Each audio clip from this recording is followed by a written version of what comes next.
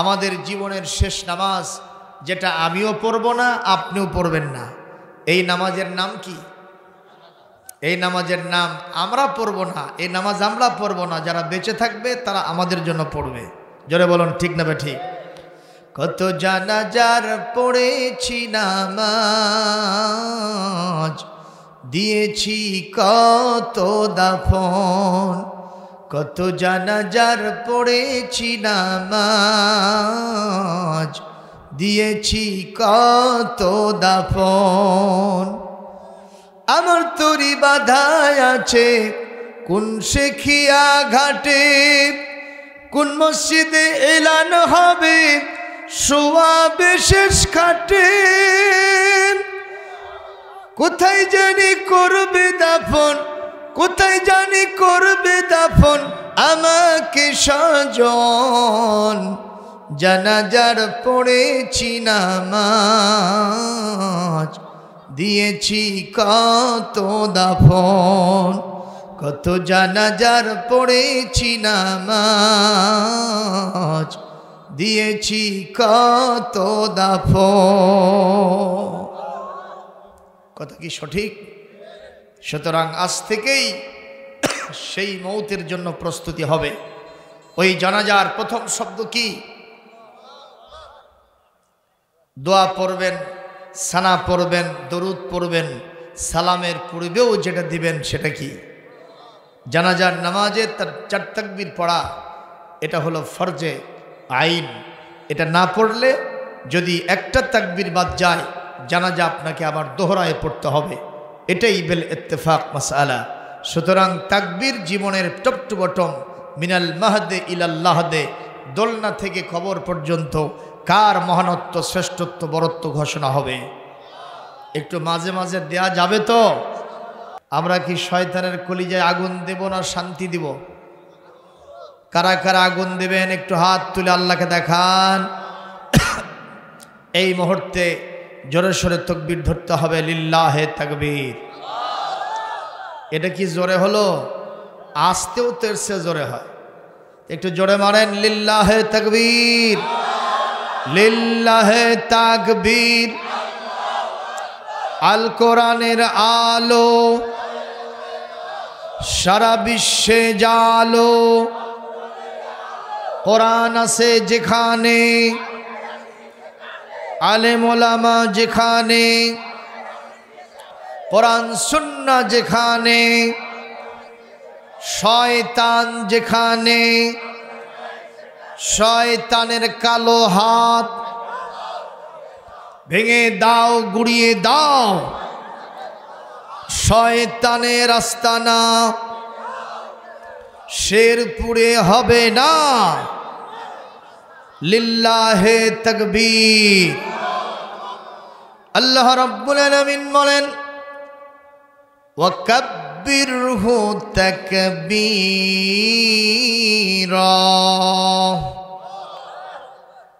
তুমি তোমার রবের নামে একবার নয়, দুইবার নয়, বারবার জোরে জোরে শ্রেষ্ঠত্ব, মহানত্ব, বরত্ব ঘোষণা করো। তার মানে তাকবীর দাও। কাব্বারা ইউকাব্বিরু তাকবীরান। তাকবীর শব্দটি হলো বাবে তাফঈলের মাজদার। এখানে কাব্বিরহু শব্দের পরে আবার যখন মাজদার এসেছে, এটা হয়েছে মাফউলে মতলব। আর মাফউলে মতলব 3টা কারণে আসে, যার একটা হলো লিবায়ানের তাকিদ, তাকিদ বর্ণনা করার জন্য এসে থাকে। সুতরাং আমরা যদি মনে করি এটা লিবায়ানিন নাও, লিবায়ানিল আদাদ, বারবার তাকবীর দেওয়া, তাকবীর যে জাতীয় দেওয়া দরকার সেই জাতীয় তাকবীর দিতে হবে কার নামে? এজন্যই তো ইমানদারের জীবনের শুরু থেকে শেষ পর্যন্ত কার বড়ত্ব ঘোষণা হয়? আমরা যখন জন্ম নিয়েছিলাম আমাদের কানে কি শোনানো হয়েছিল? তাকবীর। জোরে করেন মারহাবা। এরপরে আমরা যখন নামাজ শিখলাম, নামাজের প্রথম শব্দ কি? রুকু সেজদায় যাইতে আল্লাহু আকবার। নামাজের ভিতরে যখন ভুল হয়, পিছনে যখন মুক্তাদিগণ এখানে লোকমা দিবেন, 2টা কথা আসছে, সুবহানাল্লাহ অথবা আল্লাহু আকবার। জোরে বলুন ঠিক কিনা? ইনশাআল্লাহ। যদি কোনো দেখবেন শয়তানপন্থী লোক থাকে, তারা সব সহ্য করতে পারে, এই আল্লাহর তাকবীর সহ্য করতে পারে না। জোরে বলুন ঠিক না ঠিক? তারা হলো রাম এবং বামপন্থী, তাদের সাথে আমাদের কোনো সম্পর্ক নাই, ইনশাআল্লাহ বলেন।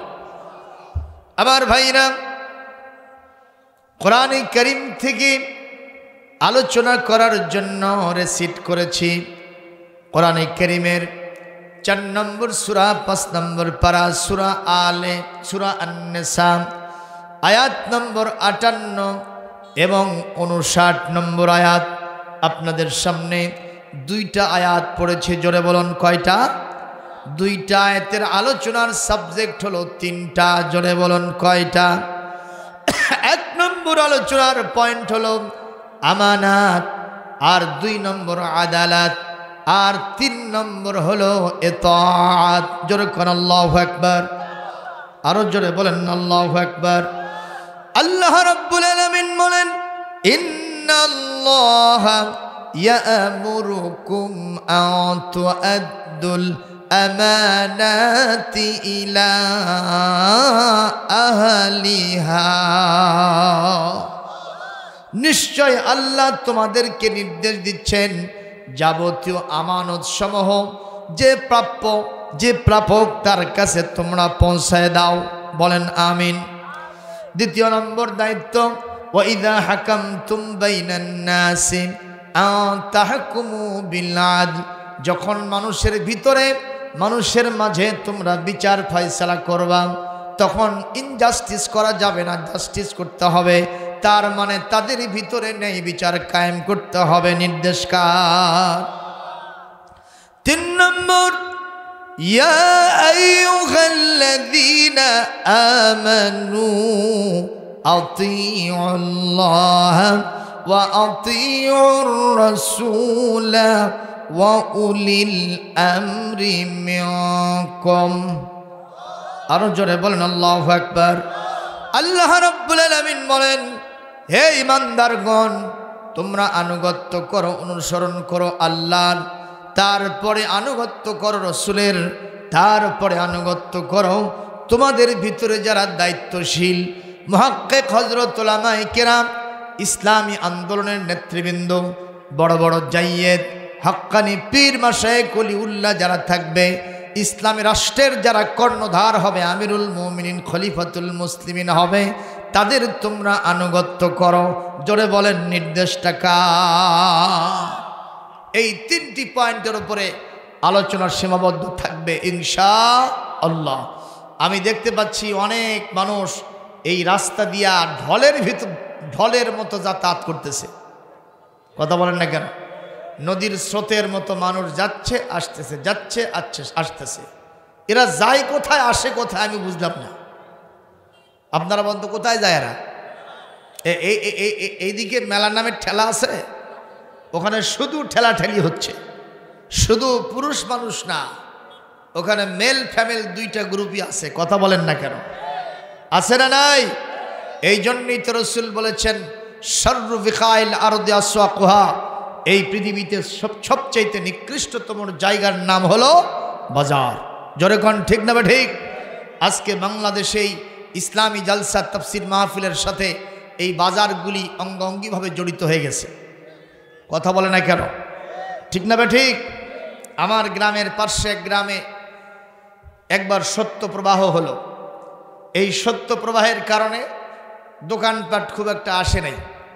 তা আমি একটা ছেলেরে জিজ্ঞেস করলাম, বাবা ওই মাহফিলটা কেমন হয়েছে? কয়, হুজুর সবাই হয়নি। আমি বললাম কেন? কয়, একটা দোকানও আসেনি। এই ছোট্ট বাচ্চাটার কনসেপ্টটা কি আপনি চিন্তা করেন? ও এখন থেকে শিখতেছে ইসলামী জালসার সাথে ওইসব মেলা না লাগলে এই মাহফিলটা নাকি মজে না। জোরে নাউজুবিল্লাহ বলবেন না?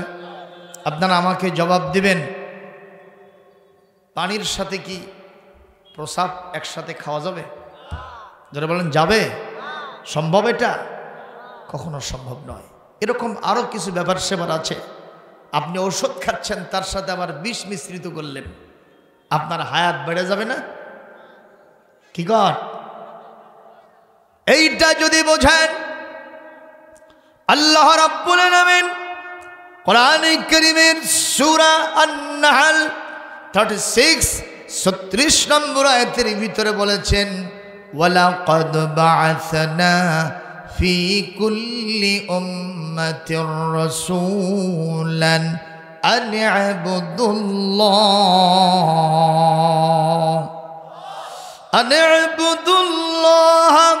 ওয়াজতানিবুত তাগুত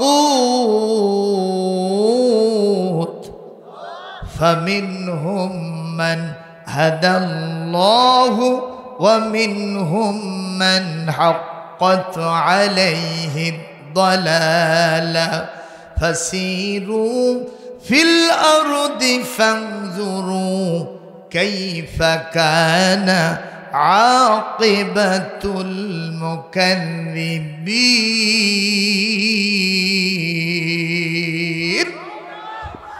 আল্লাহ রাব্বুল আলামিন বলেন পৃথিবীর প্রত্যেকটি জাতির কাছে আমি একজন করে রসুল পাঠাইছিলাম ঘোষণাকার।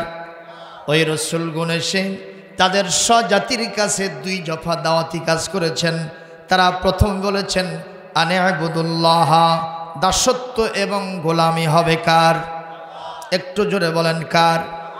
দ্বিতীয় নম্বরে আল্লাহর গোলামিতে যারা লিপ্ত হবে, যারা তোমরা আল্লাহর গোলাম হবে, আল্লাহর দাসত্ব করবে, আল্লাহর আইন ও কানুন মানবে, আল্লাহর সংবিধান অনুসরণ করবে, তারা কখনো শয়তানকে মানা যাবে না। ওয়াজতানিবুত তাগুত, তোমরা তাগুতকে অস্বীকার করো, তার মানে শয়তানের দেখানো মত এবং পথকে তোমরা পরিহার করে নিরেট ইখলাস ও নিয়ত নিয়া দাসত্ব গোলামি হবে কার? একই সাথে আল্লাহ, একই সাথে শয়তান, দুইটাকে একসাথে করা যাবে? একটা ধরতে হবে আর একটা ছাড়তে হবে। আমাদের সিদ্ধান্ত কি? আমরা কি আল্লাহকে ছাড়বো, শয়তানকে ধরবো? কাকে ধরবো, কাকে ছাড়বো? একটু জোরে বলেন, আমরা ধরবো কাকে, ছাড়বো কাকে?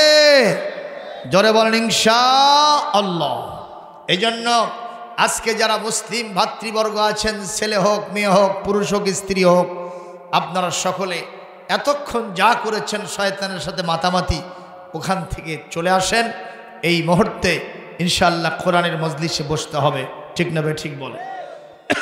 আমাদের বগুড়ায় একটা ছোট্ট ঘটনা আছে, বলবো। এক মৌলভী সাহেব এক বুড়ির বাড়ির দাওয়াত নিছে। তো এখন বুড়ি দেশি মুরগি জবাই দিছে।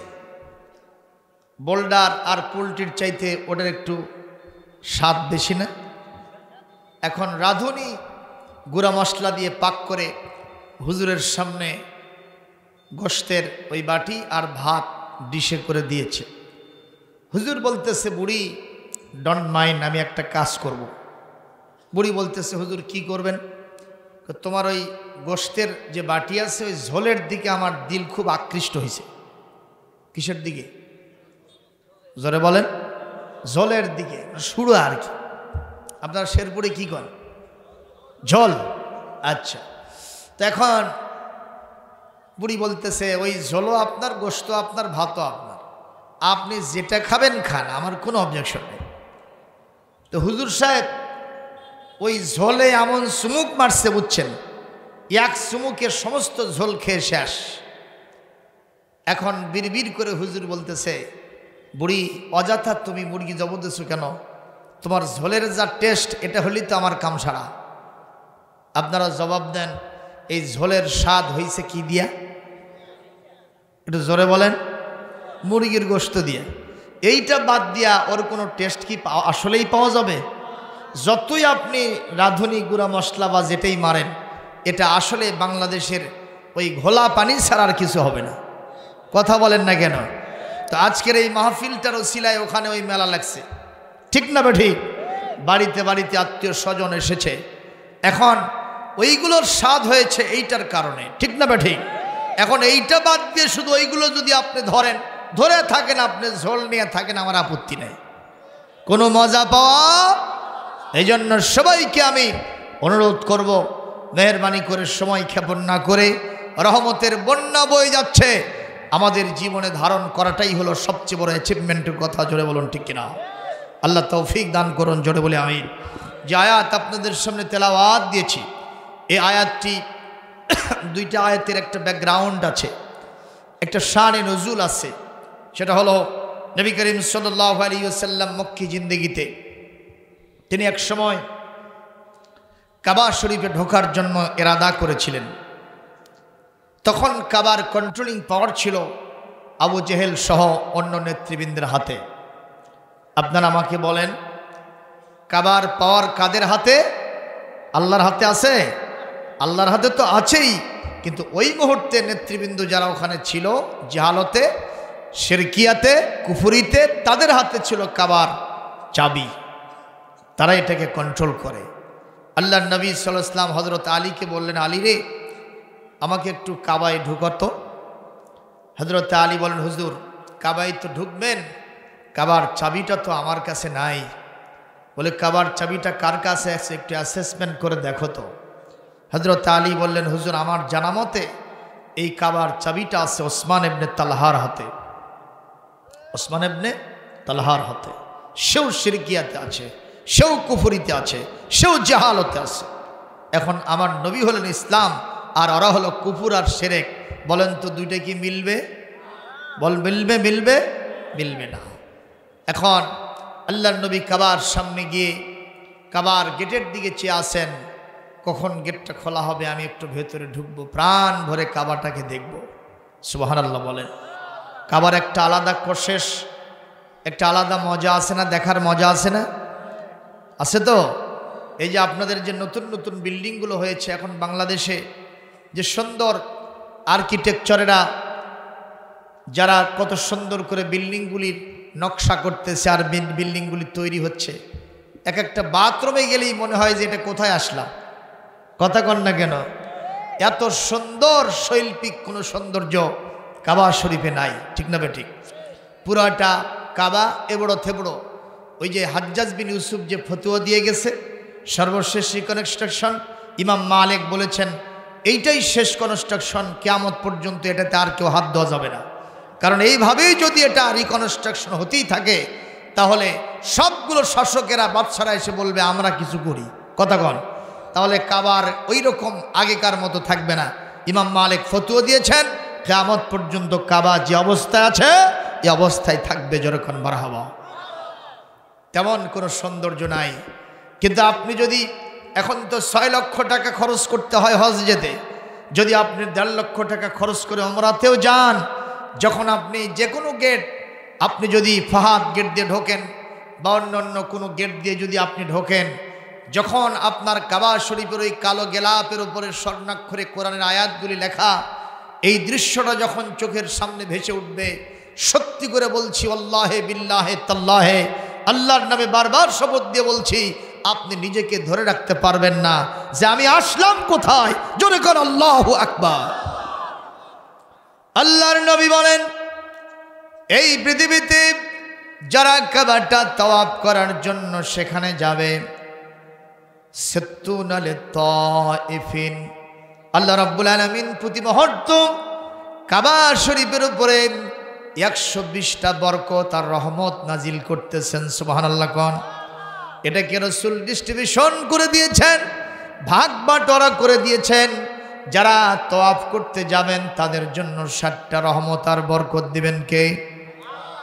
আর যারা সেখানে নামাজ পড়তে যাবেন, আরবাউনা লিল মুসাল্লিন, যারা নামাজ পড়তে যাবেন তাদের জন্য 40টা রহমত আর বরকত দিবেন কে? এরপরে যারা তাওয়াফ করবেন না, কাবায় গিয়ে নামাজও পড়বেন না, শুধু কাবাটা একবার ইমানের সাথে দেখতে যাবেন, শুধু তাকায় থেকে কাবাটা দেখবে, আল্লাহ রাসূল বলেন 20 লিন-নাযিরিন, আল্লাহ রাব্বুল আলামিন 120টার ভিতরে 20টা রহমত যিনি দর্শনার্থী তার জন্য বরাদ্দ দিবেন। সুবহানাল্লাহ। এই কাবায় যাওয়ার দরকার আছে নাকি? অনেকে বলে কাবায় যাওয়ার দরকারটা কি, এখানে গেলে পয়সা অপচয় হবে। এই মন্তব্য যারা অতীতে করেছিল তাদের অবস্থা কি ভালো হয়েছে? যখন ভালো হয়েছে, ওই সব হিরোগুলো সব জিরো হয়ে গেছে। কারণ কাবার মর্যাদা যিনি বুলন্দ করেছেন তিনি কে? সম্মানিত উপস্থিতি, এই জন্য এবার দুঃখজনক বারবার রেজিস্ট্রেশনের মেয়াদ বাড়ানো সত্ত্বেও আমাদের হাজিদের সংখ্যা এখনো পূরণ, এবার যার সংখ্যা ছিল এটা এখনো পূরণ হয় নাই। অনেক টাকা লাগে, এই জন্য কেউ কেউ ওমরা করে কাম সারতেছে। আপনারা বলেন ওযু যদি ফরজ হয় তায়াম্মুম দিয়ে কাম হবে? পানি ঠিকই আছে কিন্তু তায়াম্মুম করে কাম সারতেছে, এটা কি হবে ভাইজান? হবে না। যাদের উপরে হজ ফরজ তাদেরকে হজ করতে হবে বিধানকার। ওয়ালিল্লাহি আলান নাসি হিজ্জুল বাইতি মান ইসতাতা ইলাইহি সাবিলা।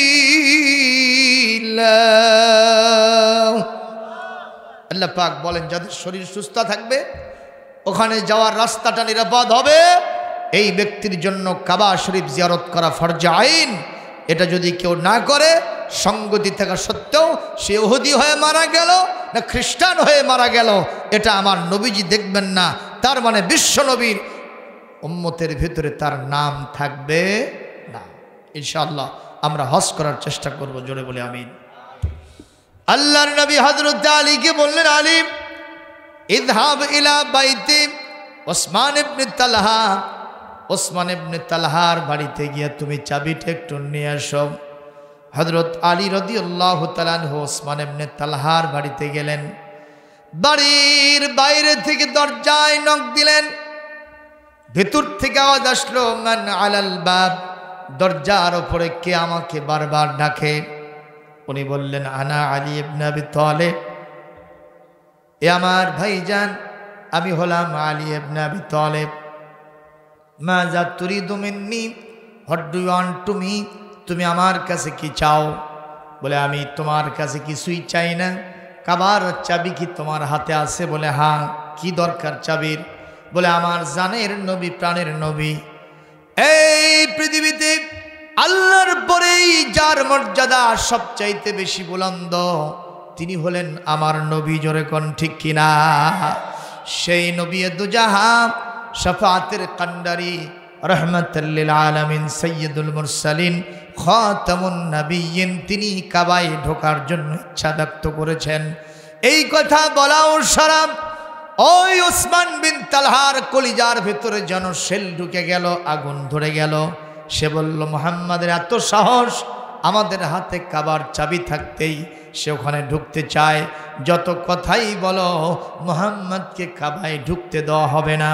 আপনারা জোরে জবাব দেন, এটা কি ন্যায় না অন্যায়? এটা কি বিচার না অবিচার? কারণ এই পৃথিবীতে কাবার আসল মালিককে, আর আমার নবীকে যিনি নবী বানাইছেন, রসুল বানাইছেন, তিনি কে? আল্লাহ পাকের কাবায় আল্লাহর নবী ঢুকবেন, যারা বাধা দেয় এরাই হলো সবচেয়ে বড় জালেম। কথা বলেন ঠিক না ঠিক? যেই মানুষের অধিকার যেইটা, এই অধিকার থেকে যদি কেউ তাকে বঞ্চিত করে, ইউকালু লাহু জালেম, তাকেই জালেম বলা হয়ে থাকে। জোরে কোন ঠিক কিনা? জালেমদেরকে আল্লাহ পছন্দ করে। কথা কোনটা কেন? আল্লাহু লা ইউহিব্বুজ জালিমিন। আল্লাহ পাক বলেন আমি জালেমকে কখনো ভালোবাসি না, পছন্দ করি না। সুতরাং আমাদের জালেম হওয়া যাবে, আমরা কারো অধিকার ক্ষুণ্ণ করব না। যার যেটা পাওনা তার হাতে উঠায় দিতে হবে। জোরে বলুন ঠিক না ঠিক? আল্লাহর নবী দাঁড়িয়ে আছেন, ওসমান ইবনে তালহা হন হন করে চলে আসছে কাবার সামনে। এসে আমার নবীকে বলছে, মুহাম্মদ সাল্লাল্লাহু আলাইহি ওয়াসাল্লাম, তোমার এত সাহস, তোমার এত স্পর্ধা, তুমি কাবায় ঢুকতে চাও, তোমার শরম নাই, তোমার লজ্জা নাই? নাউজুবিল্লাহ কর। এমনকি বিশ্বনবীকে এমন কোনো ভাষা নেই যে ভাষায় গালমন্দ করলো না। আমার নবীজি দু চোখের পানি ছেড়ে দিয়া তার দাড়ি বুক সব ভিজায় ফেললেন। একটু জোরে করে আল্লাহু আকবার। আমার ভাইরা, এই দৃশ্য দেখে শেরে খোদা আসাদুল্লাহিল গালিব হযরত আলী কাররামাল্লাহু ওয়াজহু বলেন, ইয়া রাসূলুল্লাহ, হাবিবাল্লাহ, আমার সহ্য হচ্ছে না। আস্তাযিনু ইলাইকা, আমি আপনার কাছে পারমিশন চাই। আযরিবু আনুকা হাযিহিল কাফিরুল মুশরিক, আপনি অনুমতি দেন। আমার নবীকে এইভাবে গালি দেয়, আর আমি আপনার ভক্ত অনুরক্ত, আমি আপনার সাহাবী, আমার সামনে আপনাকে এত গালি দিবে, আর এটা আমি মাথা পেতে নেব, সহ্য করব, তা আমি করতে পারছি না। আপনি অনুমতি দেন, এই তরবারি দিয়ে আমার গর্দানটা নামায় দেই। জোরে কোন মারহাবা। আমার রাসূল কি অনুমতি দিবেন? আমার রাসূল বলছেন, আলী আসবার সাবরান জামিলা, ওয়েট অ্যান্ড সি। এ আলী, খবরদার, মাথা গরম করো না, খবরদার, মানুষের উপরে আক্রমণ করার জন্য উদ্যত হয় না। এই পৃথিবীতে আমি কোনো মানুষের গর্দান উড়ানোর জন্য আসি নাই।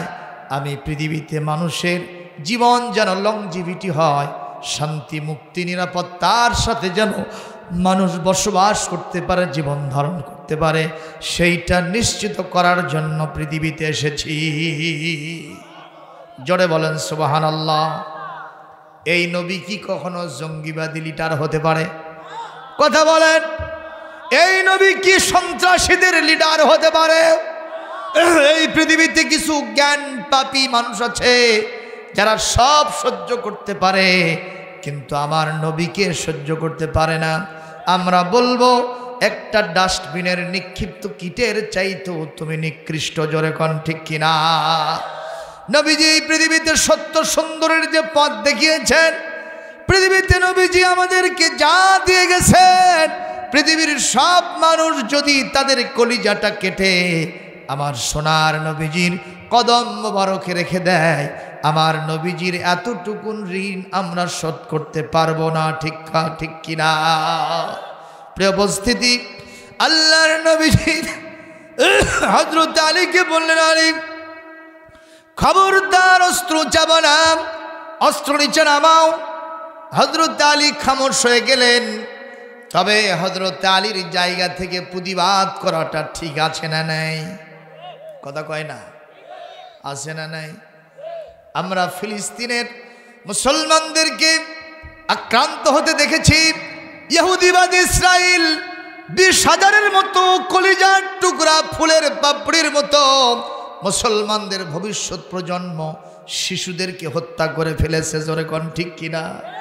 অসংখ্য মা বোনের ইজ্জত হরণ করেছে, অসংখ্য আবাল বৃদ্ধ বনিতাকে শেষ করে দিয়েছে। এইটার প্রতিবাদে গোটা বিশ্বের প্রত্যেকটা মুসলমান দেশে আন্দোলন, মিছিল, সংগ্রাম হয়েছে কিনা? জোরে কোন হয়েছে কিনা? আবার বাংলাদেশেও হয়েছে না হয় নাই? এই না দেখে কেউ কেউ আস্তানা ঘিরে বসে আছেন, তারা আবার ভণ্ড, লাফায়া লাফায়া জিকির করে। কথা কয় না? আছে না নাই? তারা সেখান থেকে বুড়ি আওড়াইলো, ওখানে মুসলমানদের মারতেছে, এখানে মিছিল করা জায়েজ নাই। কত বড় মুফতি আজম! কথা কয় না? আপনি কি ফতুয়ার সাথে একমত? এ কথা বলেন না কেন? অন্যায়ের প্রতিবাদ করা, এটা হলো সবচাইতে বড় ইমানের পরিচয়। যেরকম ঠিক কিনা? পৃথিবীর এক জায়গায় যদি মুসলমান নির্যাতিত হয়, আর এক জায়গার মুসলমানের কলিজার ভেতরে তার প্রতি দরদ পয়দা হতেই হবে, নচেত আপনি মুসলিম ইমানদার এটা প্রমাণ হবে না, হবে না, হবে না।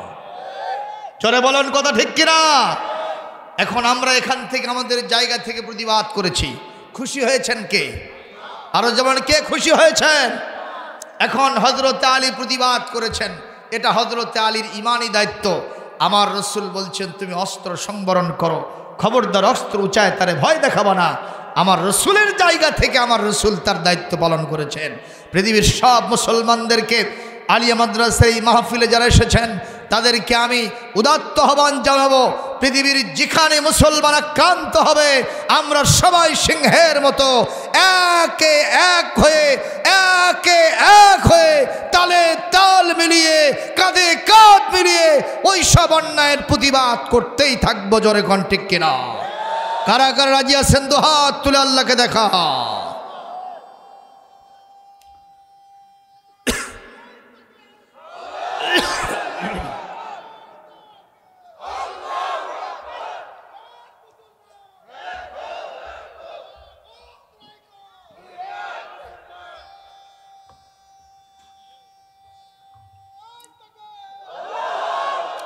আলহামদুলিল্লাহ, জোরে বলেন।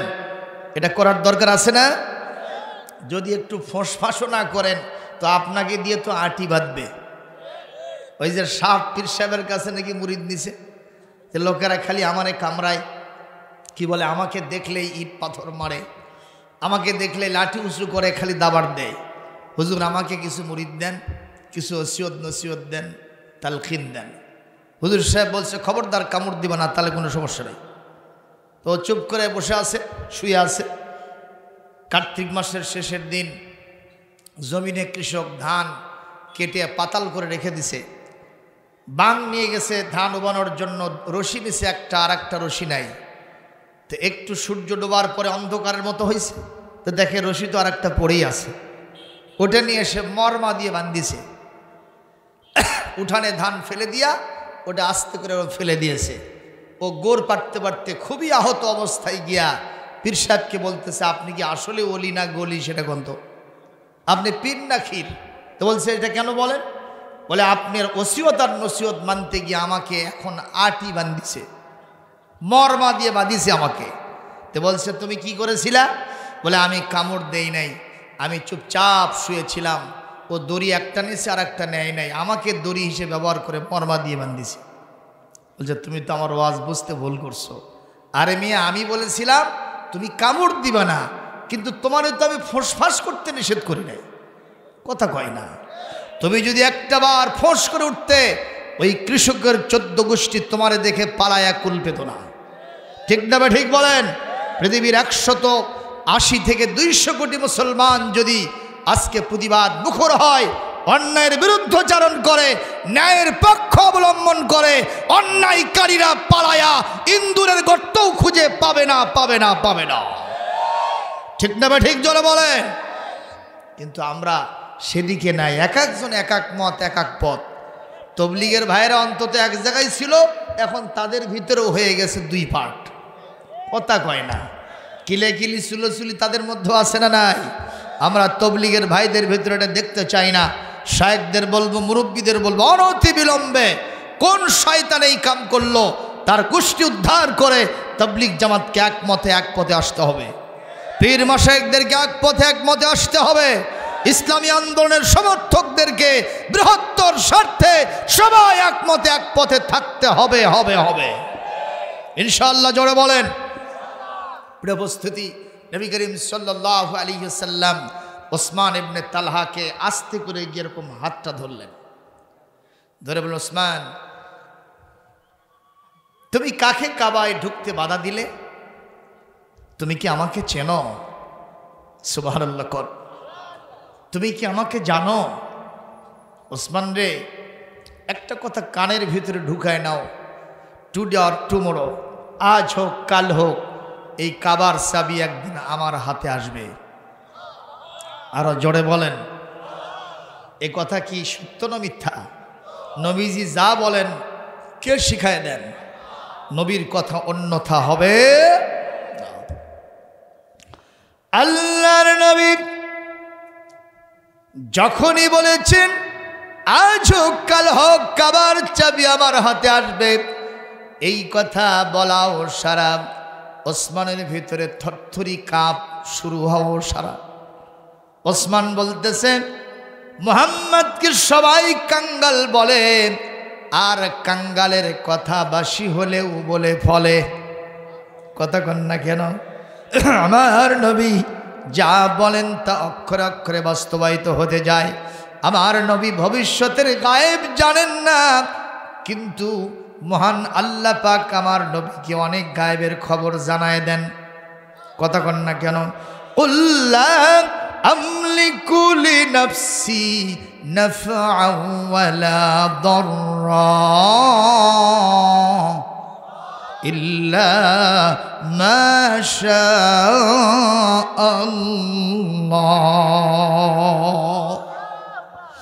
ওয়ালাউ কুনতু আ'লামুল গায়বা লাস্তাকসারতু মিনাল খায়র ওয়া মা মাসানিয়াস সূ।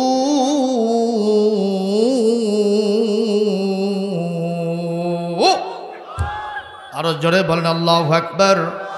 আল্লাহ রাব্বুল আলামিন নবীকে বলেন, নবী আপনি বলে দেন আমি আমার নিজের ভালো মন্দের কোনো ক্ষমতা আমি নিজে রাখি না, তবে ইল্লা মা শাআল্লাহ আমার আল্লাহ আমাকে যা শিখায় দেন, যা বলে দেন, এর বাইরে আমি কিছু বলতে পারি না।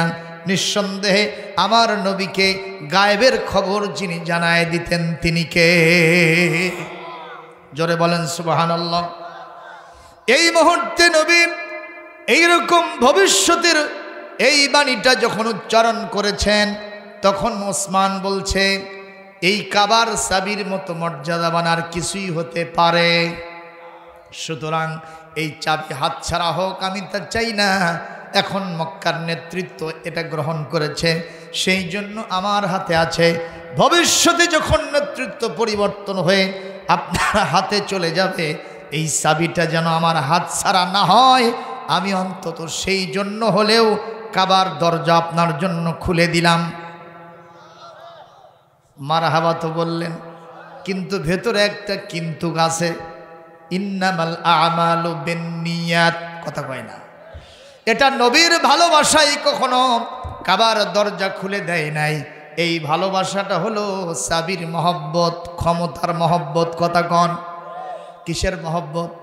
চাবির মহব্বত, ক্ষমতার মহব্বত। আর এই চাবি যদি তার হাতে যায়, অনধিকার চর্চা করবে, যাদের কাবায় ঢোকার দরকার তাদেরকে ঢুকতে দেবে না। কথা বলেন ঠিক না বে ঠিক? ওই যে আমি শুনেছিলাম এক লোকের দুইজন স্ত্রী আছে, যেরকম কয়জন? দুইজন। প্রত্যেক জনের একটা করে ছেলে সন্তান আছে। এক স্ত্রী তার নিজের সন্তান কোলে নেয় না, কিন্তু সতীনার সন্তান কোলে নিয়ে মাতামাতি করে। সতীনের সন্তান, বুঝেন তো, সৎ বেটা। তো এখন সৎ বেটা, সৎ ছেলের মনের ভিতরে শুধু আনন্দ, তার ভিতরে শুধু খুশি খুশি ভাব। সে বলতে থাকে, যাক আমার কপাল কত ভালো, আমার নিজের মা কোলে তো নেই না, আমার সৎ মা আমাকে কোলে নেয়। কে নেয়? সৎ মা আমাকে কোলে নেয়। ওর নিজের মা ওকে কোলে নেয় না, আমার সৎ মা আমাকে কোলে নেয়। আপনারা জবাব দেন, সৎ মায়ের আদর কি খুব ভালো জিনিস? কথা কন না কেন?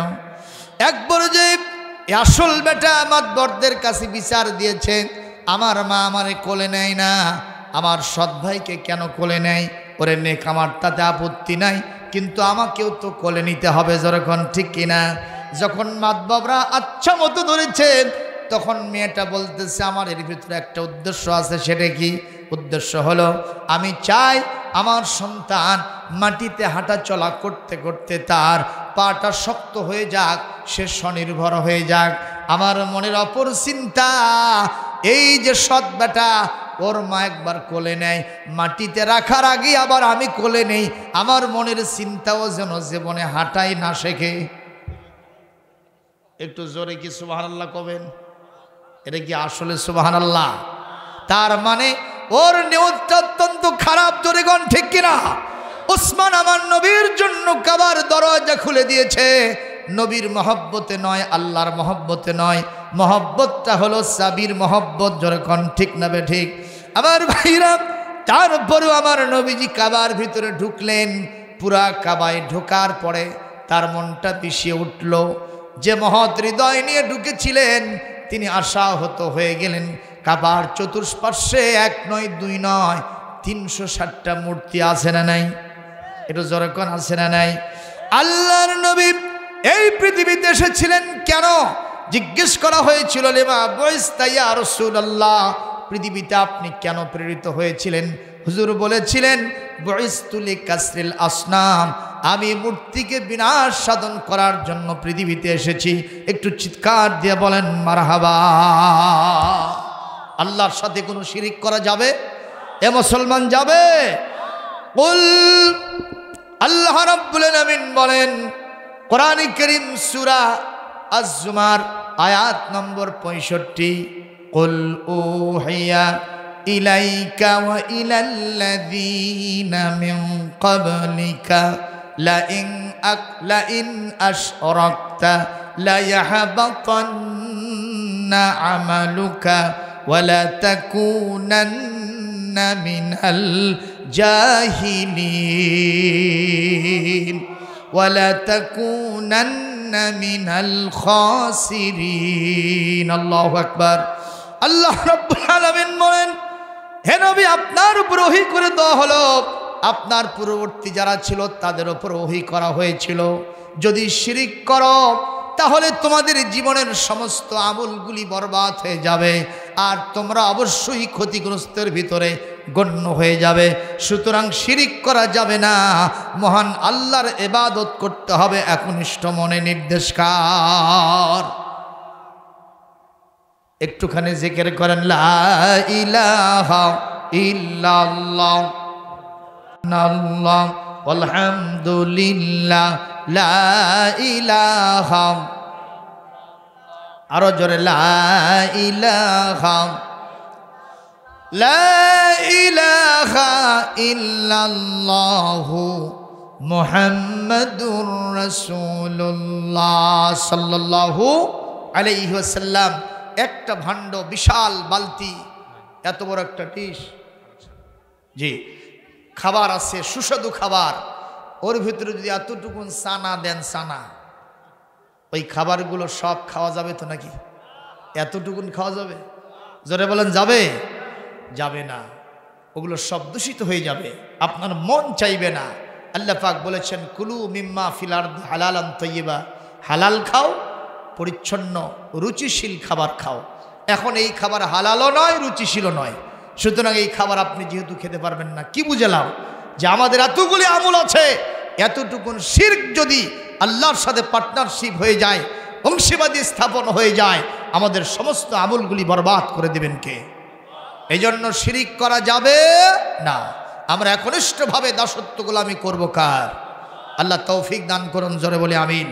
আমার নবী সাল্লাল্লাহু আলাইহি ওয়াসাল্লাম তিনি কাবার ভিতরে যখন ঢুকলেন 360টা মূর্তি পেয়েছেন। নবীজি বললেন, আল্লাহ, আমি সহ্য করতে পারছি না, কাবা নির্মিত হয়েছে আপনার দাসত্ব গোলামি করার জন্য, সেখানে এই শিরকিয়াতের আনাগোনা, এটা তো আমি কখনো মানতে পারি না, আপনি পারমিশন দেন, আমি সবগুলো সাইজ করে ফেলবো। মারহাবা কর। আল্লাহ পাক বললেন, নবী হে, এত তাড়াতাড়ি না। এখন যদি আপনি একটা মূর্তির একটা হাত ভেঙে ফেলেন অথবা যদি একটা আঙ্গুল ভেঙে ফেলেন, ওরা আপনার জীবনটাই শেষ করে দিবে, কারণ এখন তাদের হাতে পাওয়ার। চলে কোন ঠিক কিনা? এভাবে হবে না, আপনাকে আমার ফর্মুলা অবলম্বন করতে হবে। সেটা কি? বলে আপনাকে চলে যেতে হবে মদিনা মুনাওয়ারায়, আর মদিনায় যাওয়ার আগে আপনাকে একটা আমার দোয়া করতে হবে। সেই দোয়া আমার নবীকে কে শিখাই দিলেন? কোরআন কারীম সূরা বনী ইসরাঈলের ঠিক 80 নম্বর আয়াতে আল্লাহ এই দোয়াটা শিখাই দিয়েছেন। যারা পারবেন আমার সাথে উচ্চারণ করবেন।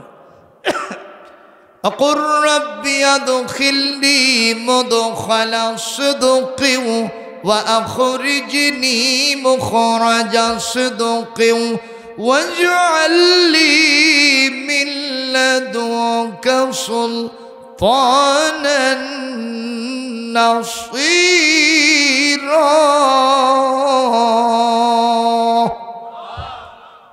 আল্লাহ পাক বলেন, নবী আপনি আমার কাছে দোয়া করেন, হে আমার রব, আপনি আমাকে সত্যের সাথে মদিনায় ঢুকায় নেন, সত্যের সাথে মক্কা থেকে বের করেন, আর আপনার পক্ষ থেকে আমার জন্য একটা প্রতিষ্ঠিত রাষ্ট্র শক্তি দান করেন। সুবহানাল্লাহ। তাহলে রাষ্ট্রীয় পাওয়ার চাওয়ার জন্য আল্লাহ তার নবীকে দোয়া শিখিয়ে দিয়েছেন। জোরে বলেন সুবহানাল্লাহ, আর জোরে বলেন সুবহানাল্লাহ। এই পৃথিবীতে ইউসুফ আলাইহিস সালাম এরকম দোয়া করেছিলেন। তিনি বলেছিলেন, যদি আপনারা আমাকে قال اجعلني على خزائن الأرض جركن الله أكبر إني حفيظ عليم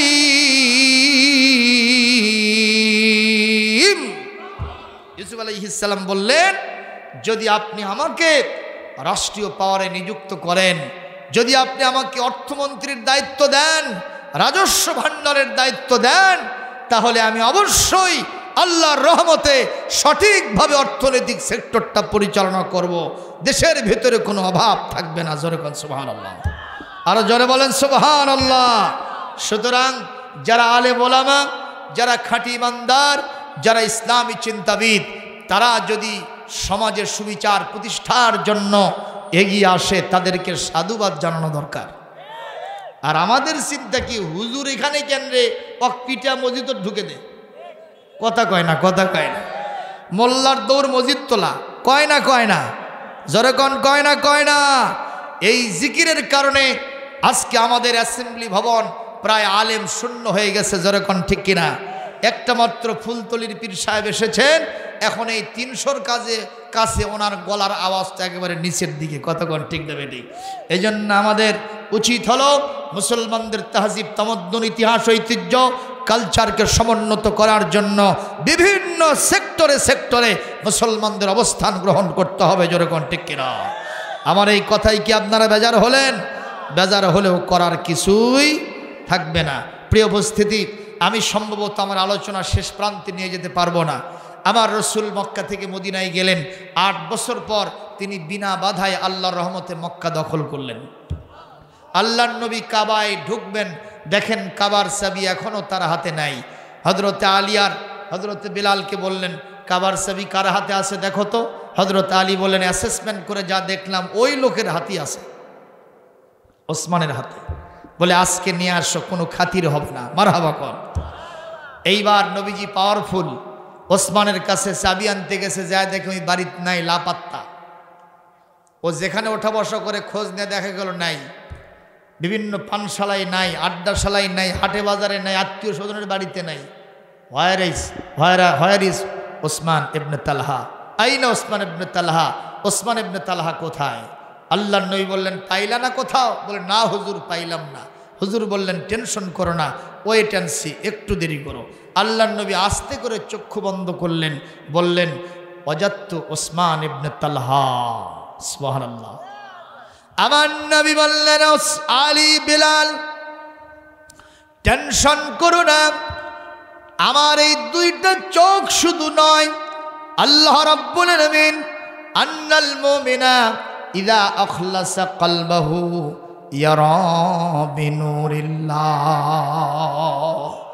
ইমানদার যদি তার অন্তরকে তাকওয়ার ইখলাস দিয়ে ভরাতে পারে, এই ইমানদারের শুধু দুইটা চোখ থাকে না, অন্তরের আরেকটা চোখ আছে। সেই চোখটা দিয়া গোপন ভেদ যিনি দেখায় দেন, তিনি কে? হুজুর বললেন, ওসমান, তোমরা যদি নাও পেয়ে থাকো, আমার আলী আর বিলাল রে, শোনো শোনো, আমি ওসমানকে পেয়ে গেছি। সবাই বললেন, হুজুর কোথায় পাইলেন? হুজুর বললেন, আলা সাতহিল কাবা, বেশি দূরে নয়, তোমরা তাকায় দেখো, আমার সামনে যে কাবা ঘর দেখো, এই কাবা ঘরের ওপরে বসে থেকে ও সাবির জিকির করতেছে। দূরে আছে না কাছেই? হযরত আলী বলেন, হুজুর যাবো কয়? তাড়াতাড়ি যাও, আজ কোনো খাতির, যাও তাড়াতাড়ি। হযরত আলী ওপরে গেলেন সিংহের মতো, যে চাবি চান ও চাবি দেয় না। সঙ্গে সঙ্গে হযরত আলী বললেন, এইবার রসুলের পারমিশন দরকার। বলে, ইয়া রাসূলুল্লাহ, লোকটাকে পাইলাম কিন্তু চাবি তো দেয় না। বলে, তুমি কি তার সাথে পারবা? বলে, হুজুর কি বলেন? আপনি নিজে বলেছেন আমি শুধু আলী না, আমি কাফেরদের জন্য পৃথিবীতে বাঘ। আপনি পারমিশন দেন। বললেন, তাড়াতাড়ি নিয়ে এসো। মল্লযুদ্ধ করে ওসমানের হাত থেকে বীর দর্পে সিংহের মতো গর্জে চাবিটা নিয়ে এসে কাবার দরজা খুলে দিলেন। আল্লাহর নবী বিনা বাধায় কাবার ভিতরে প্রবেশ করেছে। জোরে বলেন সুবহানাল্লাহ। আর যতগুলি ওখানে শয়তান ছিল, শয়তান তো বুঝেছেন কি, সবগুলি হুজুর হযরত আলী রিপোর্ট করছেন যে আমি দেখলাম হুজুর সাল্লাল্লাহু আলাইহি ওয়াসাল্লামের একটা লাঠি ছিল, সেই লাঠির মাথায় একটা রাংতা ছিল, এইটা দিয়ে হুজুর এক একটা এরকম শয়তানগুলা এরকম ঠেলা মারে, সব গুঁড়ামুড়ো হয়ে পড়ে যায়। মারহাবা কর। এক পর্যায়ে নবীজি আমার কাবার গেটে এসে আয়াত পড়লেন, অকুল জাআল হক ওয়া যাহাকাল বাতিল ইন্নাল বাতিলা কানা যাহুকা। আল্লাহর নবী বললেন, এই পৃথিবীতে যখন সত্য সমাগত, মিথ্যা তখন অপসৃত, আর মিথ্যার পতন অবশ্যম্ভাবী কথাকার। এইটা যখন পড়লেন, নবীর সামনে আর কোনো মিথ্যাবাদী, কোনো বাতিলপন্থী আর কেউ নাই। সুবহানাল্লাহ কোন। আল্লাহর নবী এই মুহূর্তে ঘোষণা করলেন, আমি এখন কাবার চাবিটা কার হাতে দেব, কাবার মুয়াজ্জিন কারে বানাবো, এই সিদ্ধান্ত আমার কি হবে, এই সিদ্ধান্ত ইনশাআল্লাহ সময় থাকলে কিছুক্ষণ পরে আপনাদের জানায় দেওয়া হবে। তার আগে আপনাদের কাছে আমি একটু হাত বাড়াবো। আলিয়া মাদ্রাসার মাহফিল এই প্রায় 87তম অধিবেশন, এটা তৈরি করতে গিয়া, প্রতিষ্ঠিত করতে গিয়া হাজার হাজার লক্ষ লক্ষ টাকা খরচ করতে হয়েছে, ঠিক না ঠিক বলেন? আলিয়া মাদ্রাসা এ এলাকায় সুনাগরিক তৈরির জন্য একটা সুন্দর পাওয়ার হাউসের দায়িত্ব পালন করতেছে কিনা, কথা কন না কেন? এটা আদর্শ নাগরিক তৈরির একটা আলাদা ফ্যাক্টরি, এতে কি কোনো সন্দেহ আছে মুসলমান? এ কথা কোন সন্দেহ আছে? মাদ্রাসার ছাত্ররা মাস্তান হয় না, চাঁদাবাজ হয় না, তারা মানুষ হত্যাকারী হয় না, তারা ইয়াবাখুর হয় না, তারা মদারু জুয়ারু ঘুষরু হয় না, কতক্ষণ ঠিক কিনা? এরা হয় আদর্শ নাগরিক। সেই প্রতিষ্ঠানটাকে টিকে রাখার জন্য আমি এর আগেও মাদ্রাসায় বারবার এসেছি, কিন্তু এবার এসে মাদ্রাসার যে সুন্দর পরিবেশ দেখতে পাচ্ছি, আলহামদুলিল্লাহ। কোন পেছনে একটা বিশাল বিল্ডিং, এই পাশে বিল্ডিং, ওখানে একটা সুন্দর হাফিজিয়া মাদ্রাসা হয়েছে, 3 তলা বিল্ডিং। এই সব দৃশ্য দেখলে মনে হয় মাদ্রাসার উন্নয়ন অগ্রগতি সামনের দিকে গিয়ে চলছে। জোরে কোন ঠিক কিনা? এই উন্নয়ন